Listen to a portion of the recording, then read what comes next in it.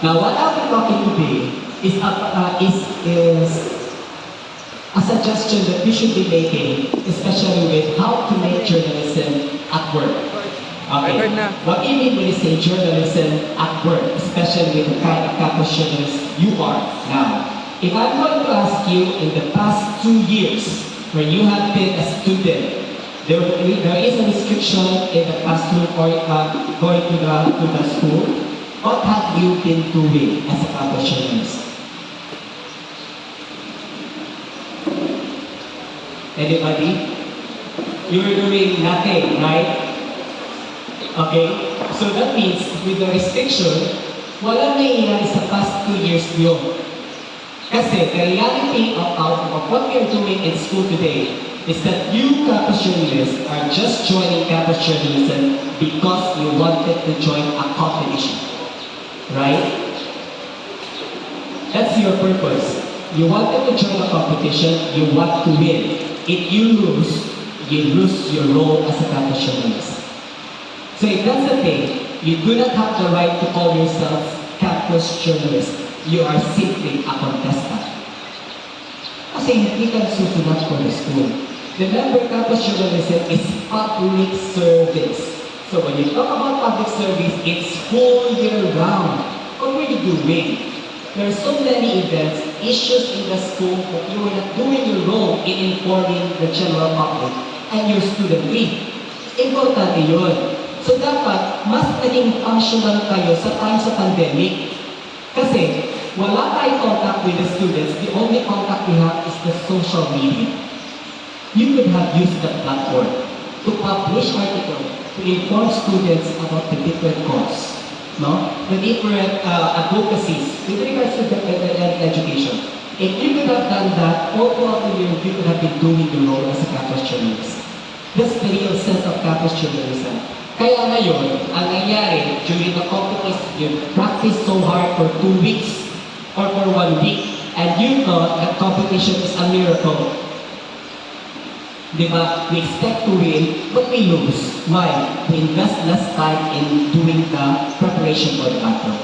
Now, if you could have done the right thing all year round, ang competition parang bonus lang yan. Kasi ginagawa ko every time. Pagdating sa competition, wala na. Kaya naman, that's our way of life as a campus journalist. Hindi na rin-aware na kung ato bang sa ng resource keeper. Okay?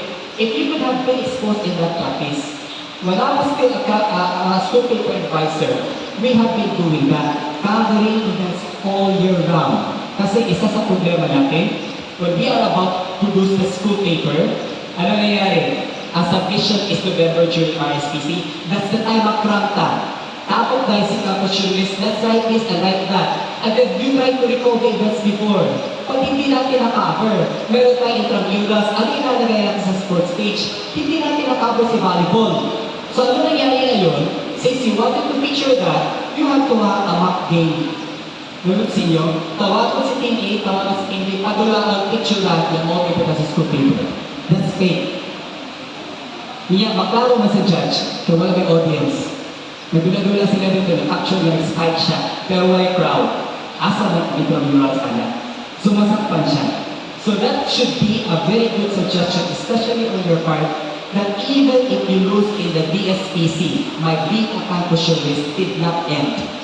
Because I still have a role to cover events and to inform my students in the school. That should have been our practice in campus journalism. Okay, back in 2018, when I was still serving as the regional campus journalism coordinator, I could have planned, no?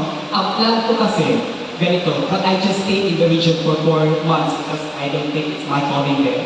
Kasi ang plan ko, number 1, is I will make the school page as a competition. Lahat ng articles na sinulat nyo from June up to December, that will be the basis for the competition. So hindi pwedeng basta sulat si campus yun, magpapublish ng article at the end of the year. So dapat siya, as it happened today, dapat mag-publish siya today or tomorrow. Up to date siya.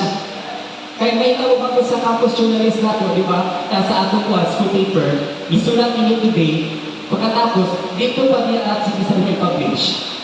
Okay? So that's one thing that we should, that should have been a reform in campus journalism, especially in our school. Okay? So, that's it. I mean, ito yung questions na. Okay. Now, isa ka tips na ako may equal sa inyo ha. Remember, sa column, kinahalang makakuha mo dito sa inyong statistics. No? Statistics dito sa inyong editorial. Pwede mo gamit statistics sa picture. So that is, if you have researched on a particular topic that is a social issue, you try to find a way to connect your question to the topic. Para lalabas siya. Karon, kung namin istadihan ka topic karon, kung saan na yung mag-draw question na connect dito sa issue na i-present sa resource dito. That's a challenge. Okay. Sige na. You try to throw questions now. Kaya para, for example, sa TV broadcast, pag-abot na sa infomercial, ang basis sa infomercial is issue dito. Kung nalaman mo, i-practice ito infomercial about this social issue, you ask it. Kaya kung lumabas na dito sa ano ko ninyo, sa mini-press conference, valid na siya as basis for the infomercial. Yes na to? That's one technique. Okay? So can we have now questions coming from our campus journalists? Pwede nga isip campus journalists ka na magtutok pagali. So dapat dito, along the way, as you were listening, you were already crafting questions in your mind. And I trust this. Kaya parang pag-abot pa ng team ng idea, tuloy na question kasi it's a waste of time. RD may be speaking only for 1 hour. So hindi lahat mabibigyan ng opportunity to ask question. By 10 a.m., meron na siya another speaking engagement. Okay? Question?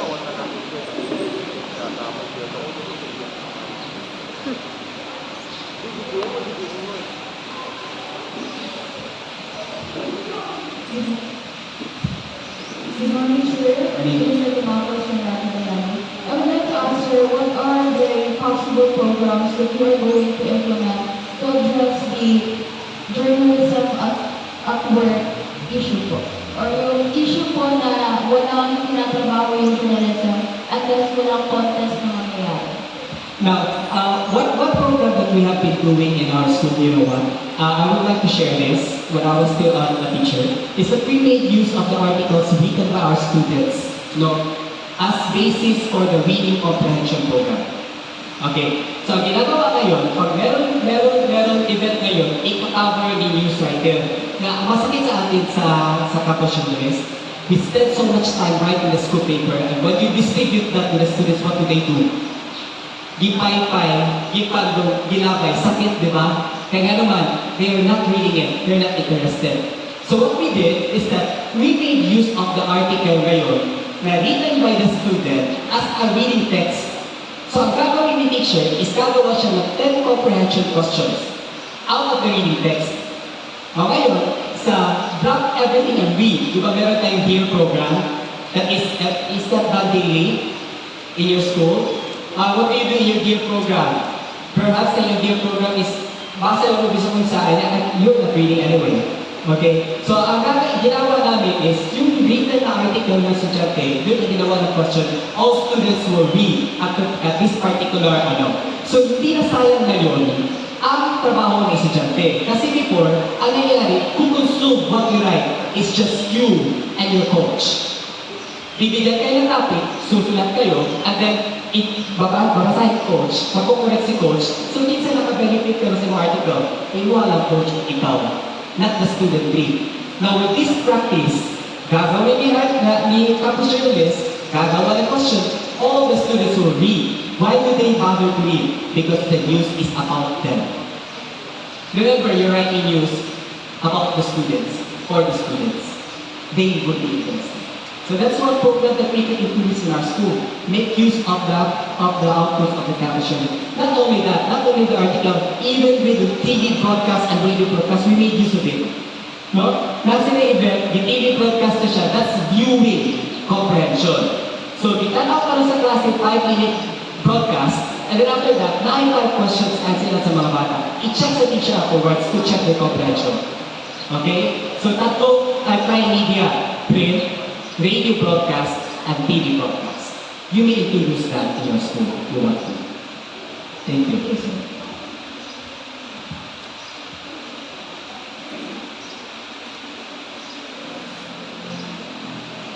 Wala pa ko nakita na questions nga dapat i-connect sa iyong prepared na I want you to connect that to the social issues that you may have researched. So you try to find a way, saan ako na siya pa-connect.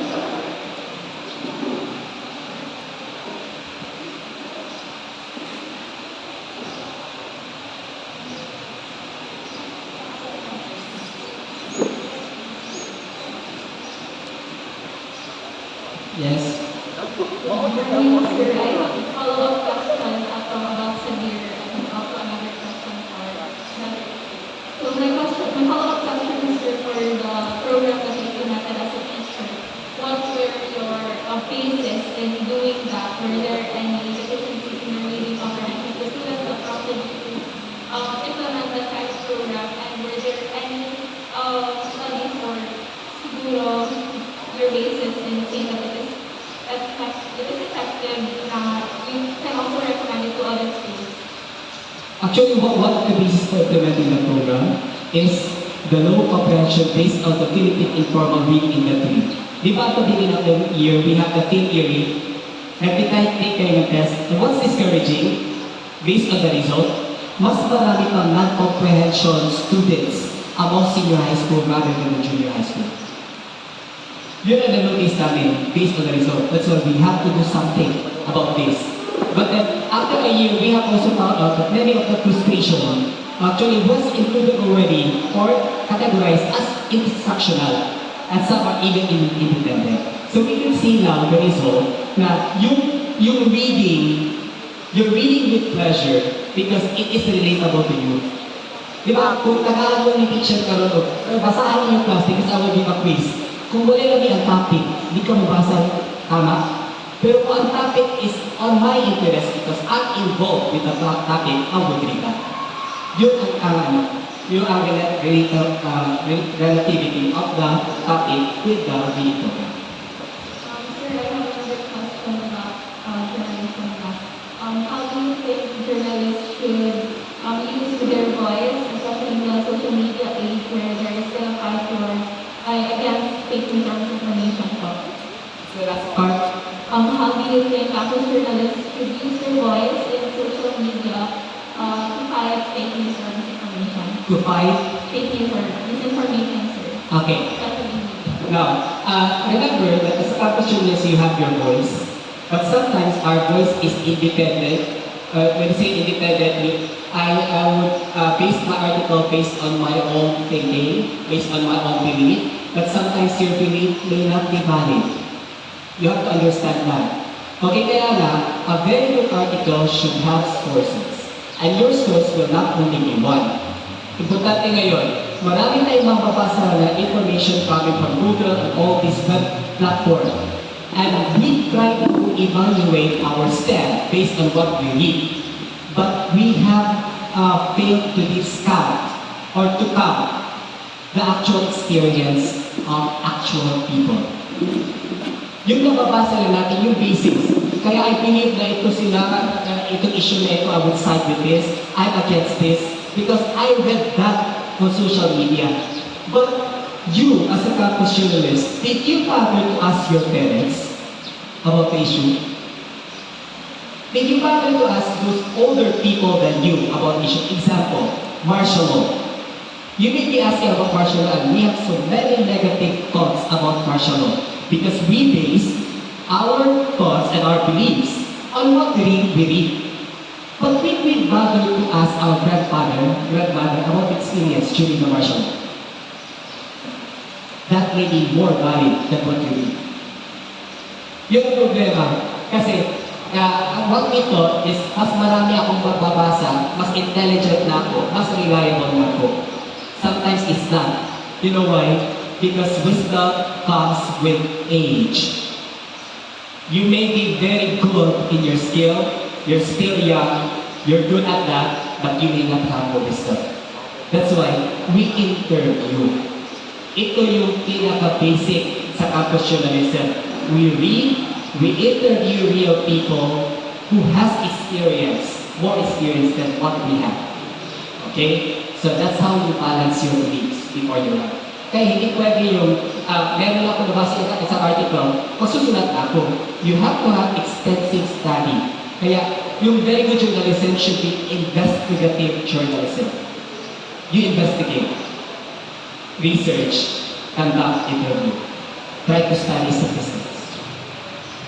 Your last question, how do you think we should incorporate media literacy in our curriculum na may incorporate siya dili lang sa specialized program or sa specialized subject but it's really part of the curriculum, media literacy?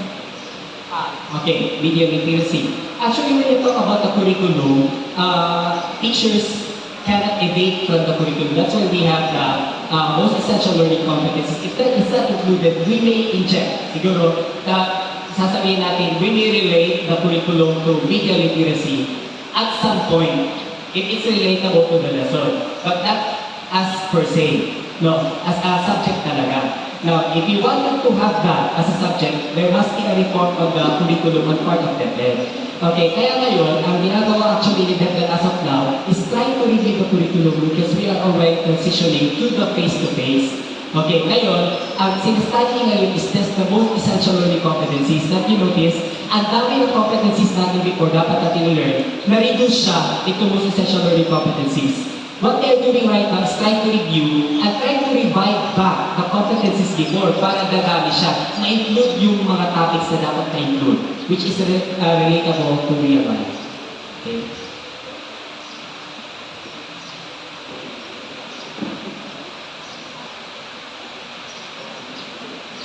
More?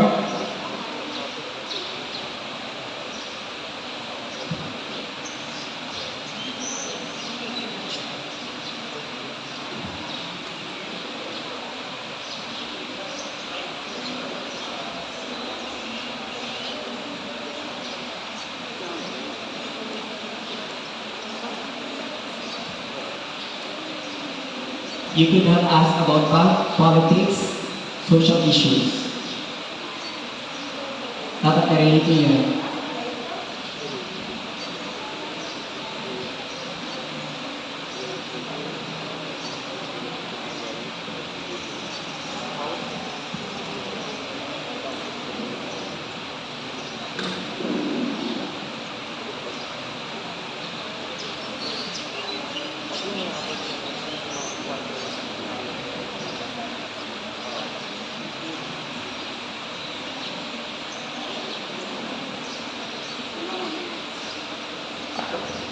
Wala na? But when we are asking question, so if you talk about, for example, what's the latest issue? Okay, so example, if you talk about, example, resumption of Sara Duterte as Deputy Secretary, so how could you ask that?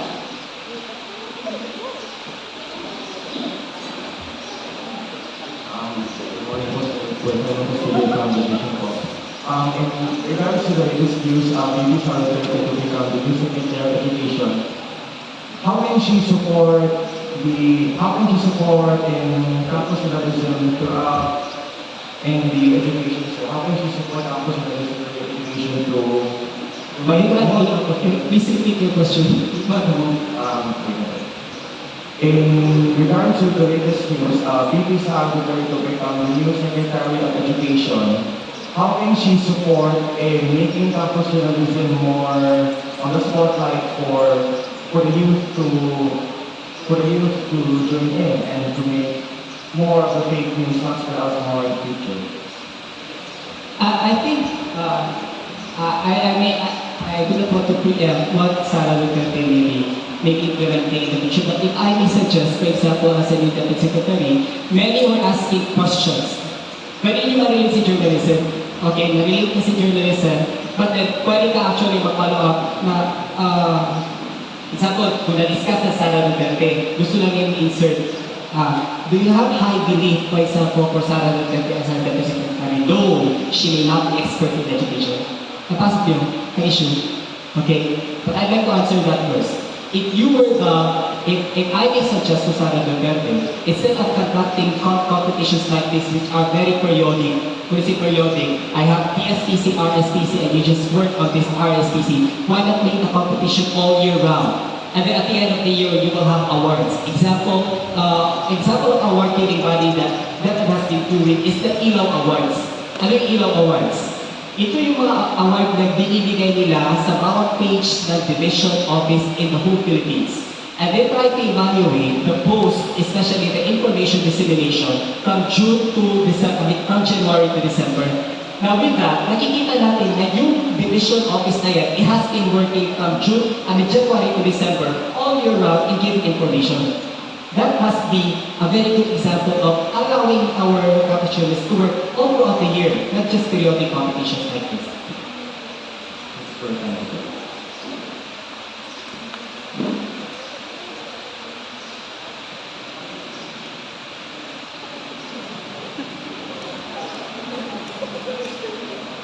No more?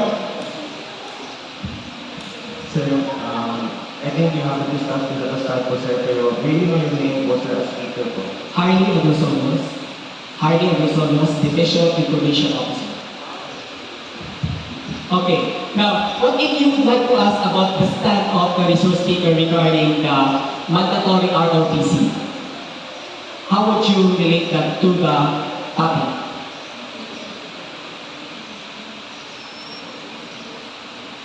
Sige na. Sige, workshop tayo sa asking a question. How would you ask that question? Para lang lumabas.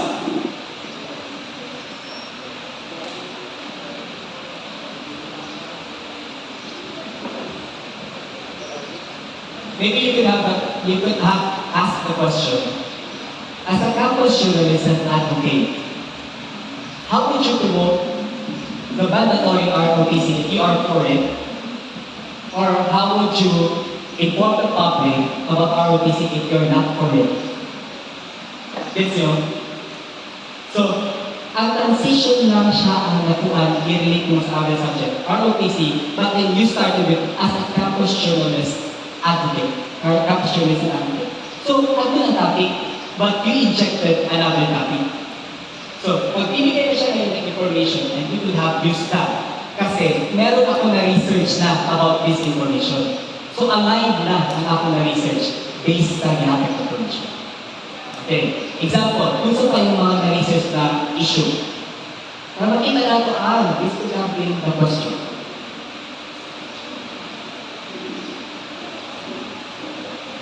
Wala ko na-research?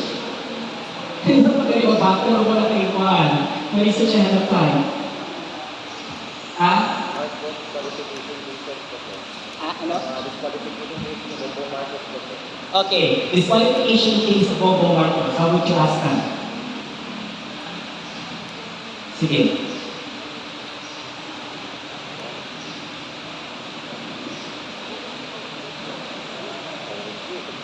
Maybe you could ask. Again sa inyo, dito lang ako usugod. Pwede nag-hapon ko yung as a campus journalist and advocate, do you think the disqualification case against Bongo Marcos has basis? Yes, dito lang ka sa transition, mudula. I-insert mo ang new issue. Okay? So, tanawin niyo ha. So, kung magtanong kayo bukas, like sa Wednesday, about the resource speaker, you may ask, you start a question with, for example, as a regional chief of the Department of Education, what is your view about this? Okay? So, it may not be related to the topic being discussed, but you may have used his position kasi authority siya. Maulan na siya pag-insert. Okay, so that means, kung magsako mo karon, ito ang i-research natin, we may have used this.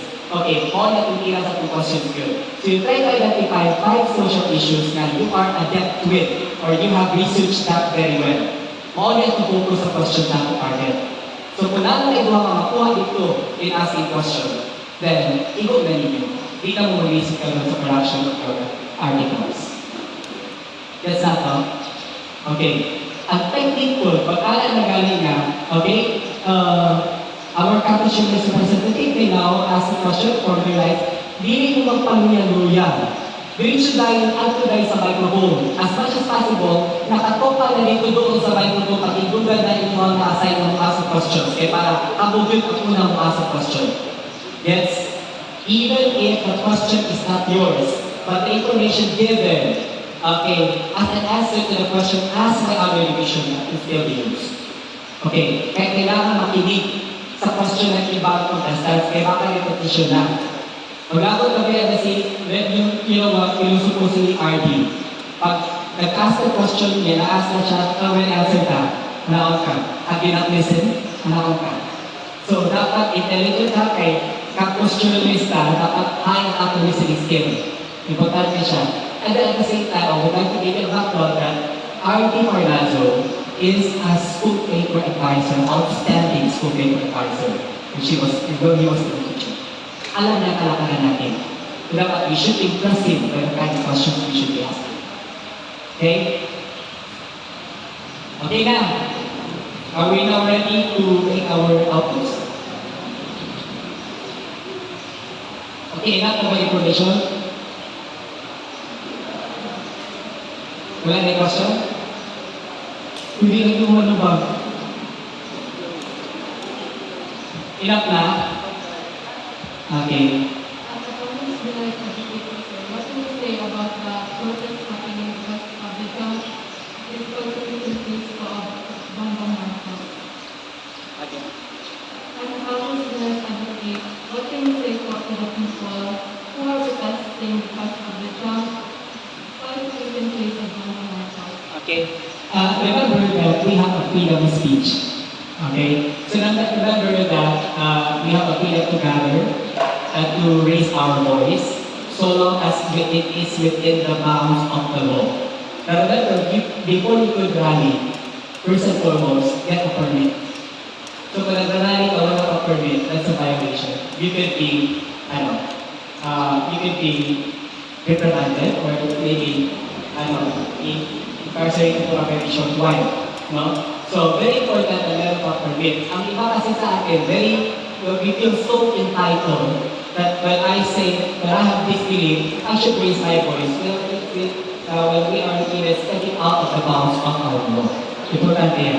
Now, when it comes to this qualification case, remember that there is a particular, entity in the government that handles the particular case. So, if they file a case in the Supreme Court, who need to rally for that?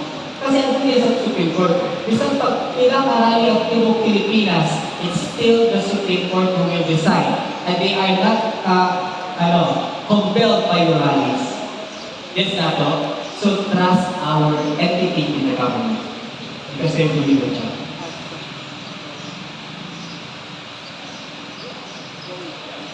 Okay, are we ready? Ano oras na? Yes.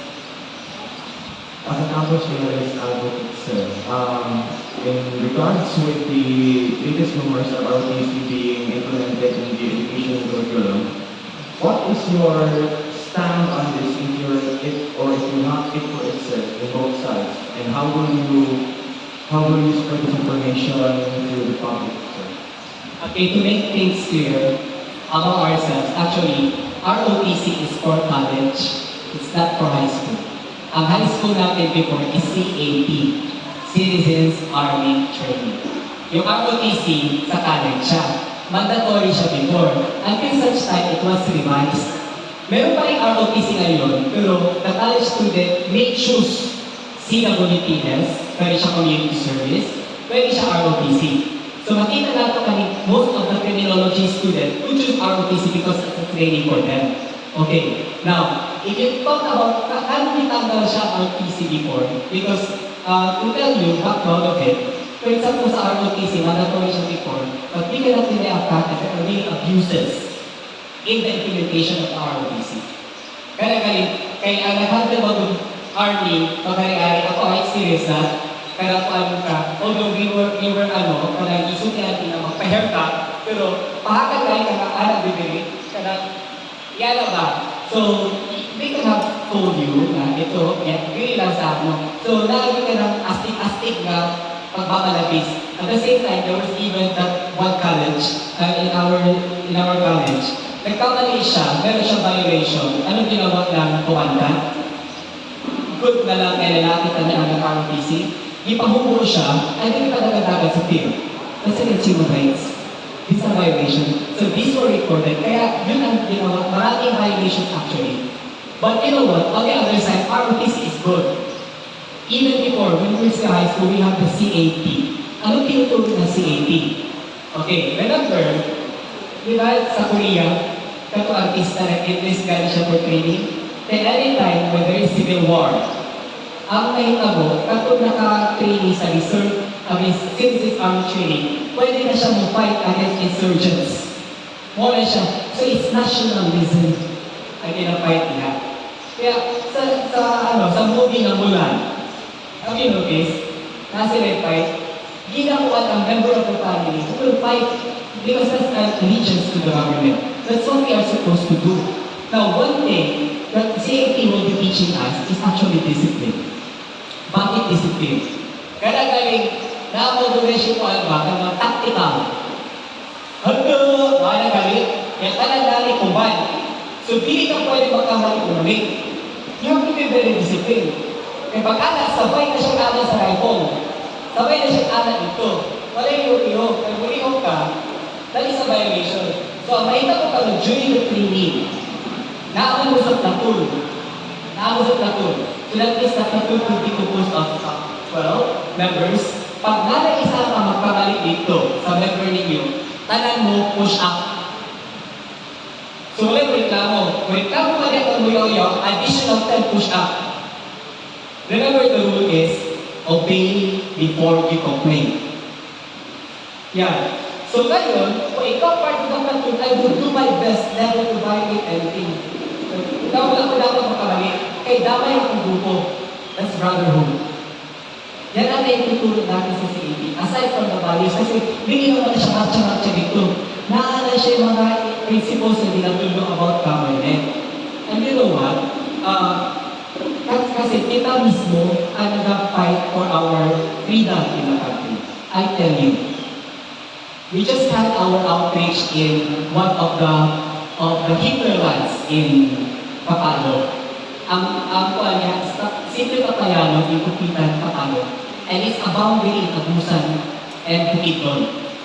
Now, ang mga tao dito, before they were discovered, they were uncivilized. Pag bago ka dito, that FW have sent 2 teachers there. Pagpadala sa teachers dito, nakita nila dito, walang ugali sa nina ang mga tao dito. Okay? Wala sila kailang asin, wala sila kailang bugas.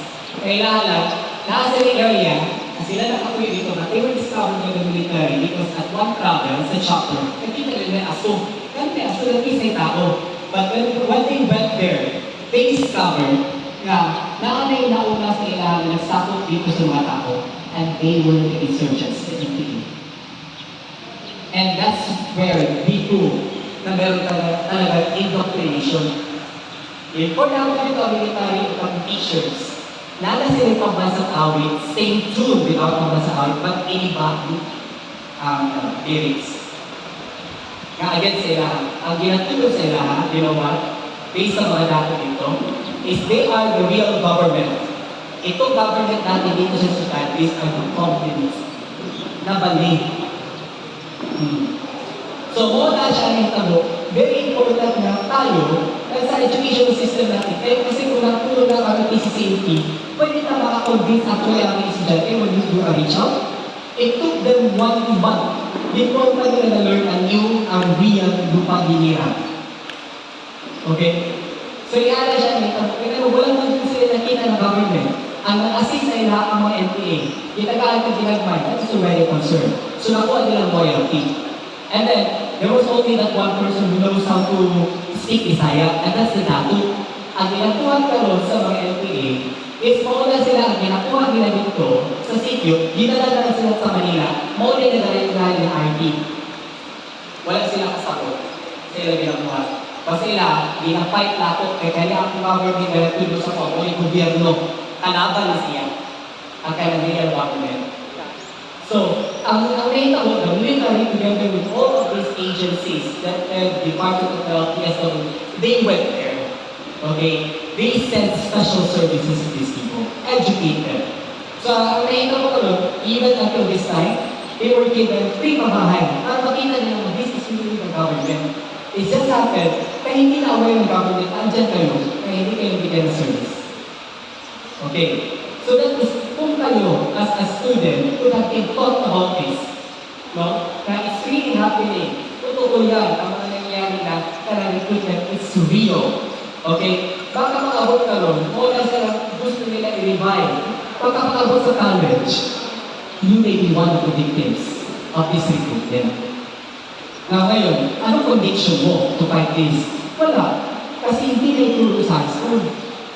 Na, pag ibinalik mo sa 18, that will have been taught. You already have the base foundation in your mind. So that when somebody tells you about this, no, that's not what is taught. That's not a real thing.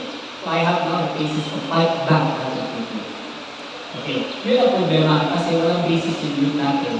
Kaya madali sila nakapag-base. And you know what? They're targeting the intelligent people, those who know how to fight, to voice out. Okay? I have known several supervisors. They were recruited here in college. And they were still college. So sila mismo, sabi, sa iyo ang galit ko ha, na-recruited. How much more sa big university? So it's zero. So, kahit ngayon, pag mandatory sa AD niya, maraming may tutulog na sa estudyante. City High. You know what I mean is enjoyable. Kanina sa City High, they want to high school. Hindi mo mali-ani. Masakal kami siya din, natatali tubig. Magbagsagan sa tinihan, nagpisit-pisit ako na-enjoy ni sana ako. Yeah, push up dito, kaya yung bag training. Grabe training ka magkamang. Ano, real kind of military life.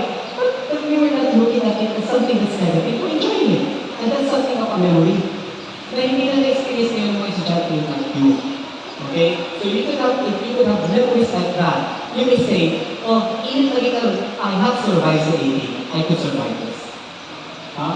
So, yung challenges na ibibigay sa inyo ng CAT, that's real life challenges. So, kung ilalagay ka sa situations like that, you can have survived it because you have experienced it all your students. Okay?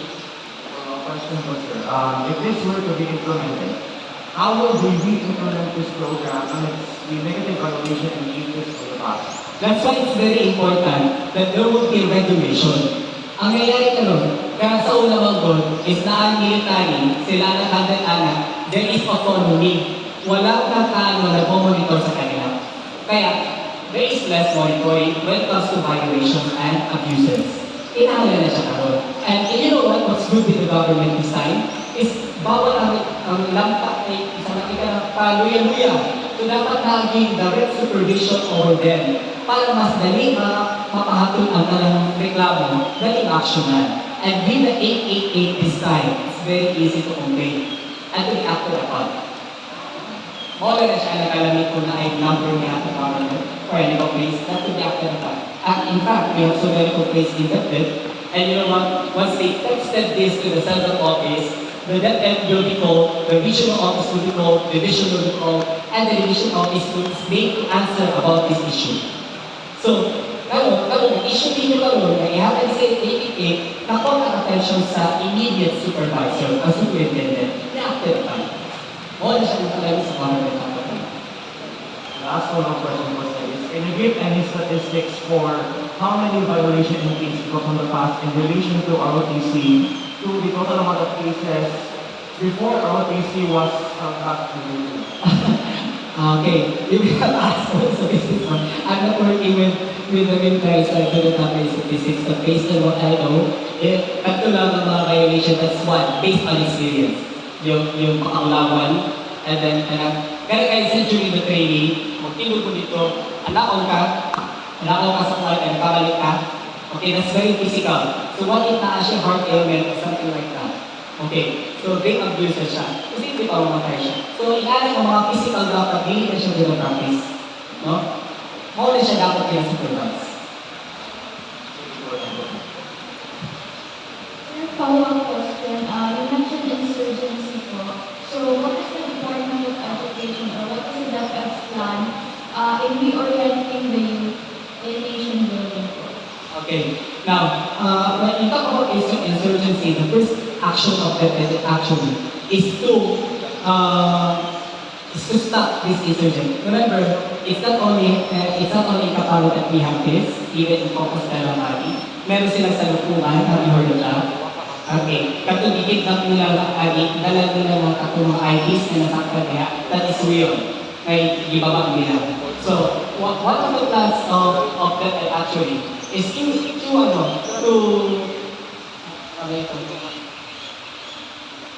in the curriculum the inclusion of these social issues.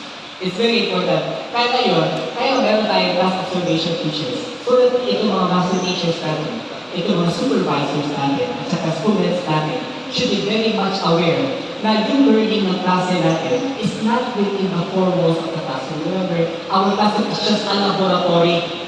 But the learning should be still about the world. Okay? Notice na to, nga dapat akong makunan din sa classroom should be applied in the real world. You're not learning in isolation. So that's one thing that DepEd could do. Try to supervise the teaching strategy done by the teacher and make sure that these social issues are included in the process of teaching. Good morning. Is there any opportunity that they can offer in ROTC outside mandatory trainings and classes? Again, what's that? Is there any opportunities that they can offer in ROTC outside the mandatory trainings and classes? You mean ROTC is offered outside the mandatory training? Actually, itong mandatory training na, it was just a proposal. No, di pamagyo na siya talaga. In fact, Sara Duterte said that ahead of time, wala pa itong plan na maging secretary siya. Kinasukin na lang niya nga ang mandatory ROTC. And it's at a tertiary level, not in a secondary level. Okay? Morning, sir. As a session information officer, what is your stand about the whole class face-to-face? Your stand about the whole class face-to-face? Okay, now, this is, inevitable. Di na din natin maiwasan ang full class face-to-face this coming school year. But then we have to follow the same guidelines. Ano yung mga guidelines natin limited? Number of students in the classroom. We have social distancing. The same thing. Now, we have to learn to live with the virus. And what we are practicing right now is already living with the virus. See? Face mask is already natural. Social distancing is already natural. This is already the way of life. We can get back to the old ways. Okay? So we have to adapt it. In fact, you're not afraid anymore of the news on virus, right? Kung paano si DH na na-print out ng variant, nakawa naman ninyo. Nalapis ninyo. Kasi you're aware already na, oh, you may have that, but we will live with that. Unlike the first time meron virus, ang tubig ito ng gawas mo, na wala mo napraning na, kasi kailangan dito pabugas na, ito na yung nga grabe dito ng virus. Okay, now we are aware, we are well educated, at least we have our precaution. And we still do that in the classroom. Good morning, sir. Many teachers, parents, and even students have numerous qualifications that the new legal secretary because she is an outsider. According to the Global Citizen for Human Rights, the Philippines is ranked 55th in the world for having the best educational systems. As a position information officer, sir, do you think Sarah Duterte will have a new innovative ideas perspective to push for doing things differently to improve our educational system, sir? Okay. Remember, the function of a DepEd secretary is administrative. It's not pedagogical. Gusto niya at pedagogical ka na strategy, bistadihan with the imong education, naging master teacher ka, naging doctor ka, kaya imong focus is on research, imong focus is on teaching. Ito mga DepEd secretary, administrative. So that means mag-manage sila of people and programs. And then, ang program sa DepEd is not the mere mind of a DepEd secretary, it's a conglomeration of these undersecretaries. And the suggestions coming from the field. So that means, besides pa hindi siya coming from the academics when it comes to education, basta meron siya administrative function and is well with that, she's well with that, she can function very well. She is not the first. Way back before, we have attorney Justin Lapus. He's not an educator, but a good deputy secretary. Brother Armin Luisco, hindi naman siya ng education. Di ba? Religious siya, pero nag-deputy secretary. Okay? So, muna siya, administrative ang function niya. And being the mayor of Davao City, na-put na niya administration, good siya alam. And he has been working well. Kasi itong mayors natin, they have been working with education. Meron tayong special education fund. Sila ang nakahanggan.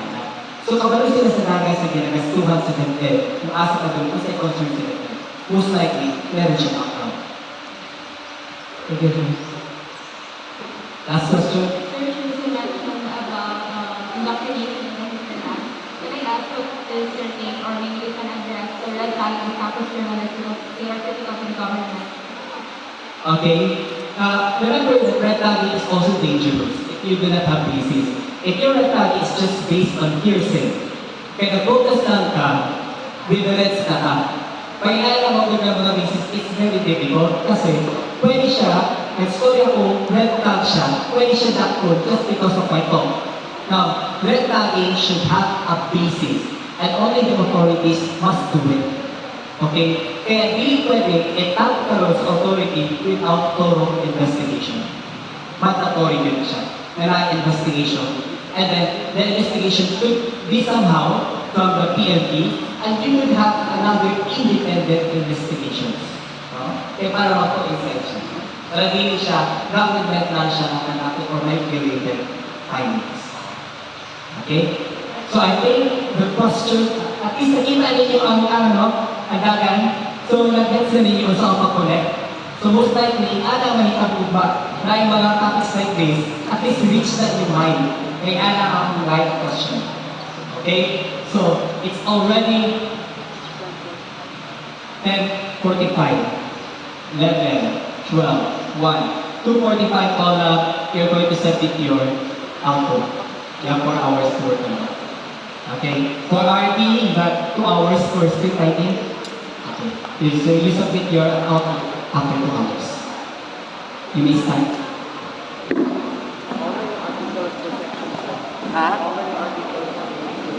Okay. Remember the same thing, the same time as with Richard, you want to cut 4 articles. 4 articles, right?